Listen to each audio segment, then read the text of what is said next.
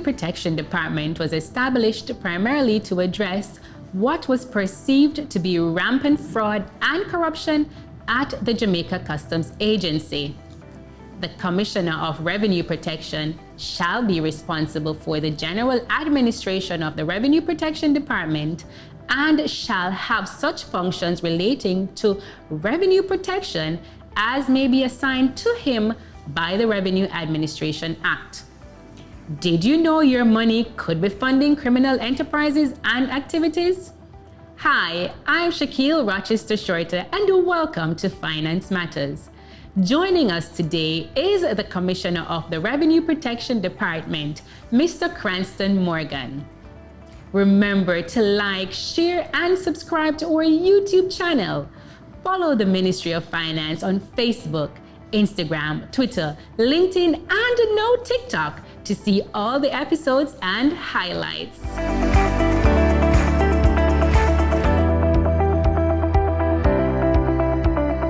Mr. Morgan, thank you for joining us on our program today. But before we dive into things, I want you to tell us about the role and function of the Revenue Protection Department. Well, first of all, thank you for having me. It's a pleasure being here. The role and functions of the Revenue Protection Department are set out in Section 6 of the Revenue Administration Act. There are three main things: to lead investigations into fraud and corruption against the revenue, to assist other departments, revenue departments, in doing these investigations, and assist in implementing programs that will deter or detect fraud or corruption. So, Mr. Morgan, I hear you talking about investigating, assisting, deterring people from doing fraudulent activities. Right. But tell us, what is the RPD doing really, like a real life scenario, to protect the country's revenue? Okay, so we take a multifaceted approach to protecting the revenue. Okay. There are many things that we are involved in, and I'll go through a few. There's education, where we go to the revenue agencies and we make presentations on ethics, on the work of the RPD, and how, as frontline employees, they can be protectors of the revenue themselves. So, like you go to customs. Yes, Where mostly tax administration. Okay, as of late, we've been to other entities as well. Okay. For example, the Ministry of National Security. So that's education. We do vetting or background checks for prospective or current employees of the revenue services and other entities. For example, Betting, Gaming and Lotteries Commission, we've done for them. We've done for Students' Loan Bureau. We do it for the Accountant General's Department and the Ministry of Finance itself. Okay, so that's how you're protecting. Those are some of the measures. Yes, there are other ways, but yes, those are. That you're protecting the country's revenue. Yeah. Tell us about a major bust that you've experienced in your time as a commissioner. Not whilst I was commissioner, but whilst I was at the RPD. Okay.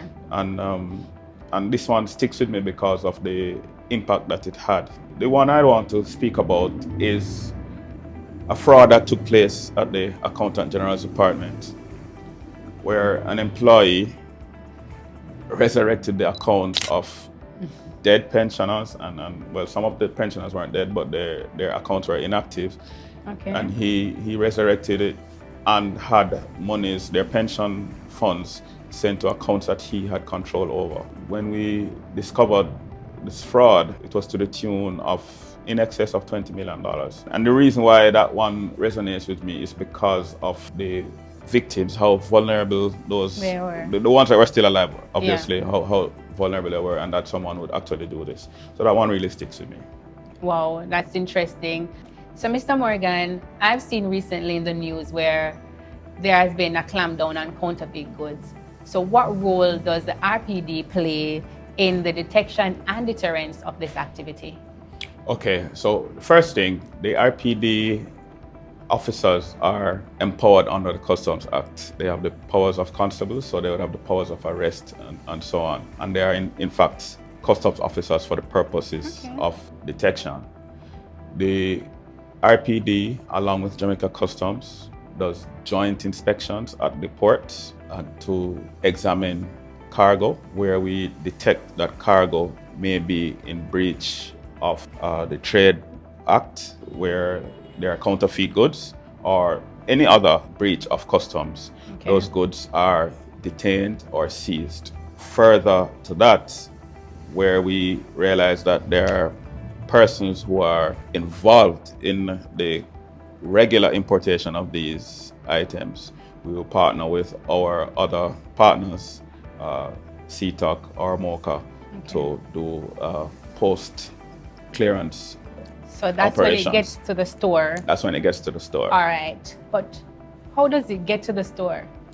Not all shipments can be inspected. There are limited resources, so not all shipments are inspected. But however, when they do get to the store and they're detected, they're found in the marketplace, we take action. Okay. As I said, not just us, but our partners as well.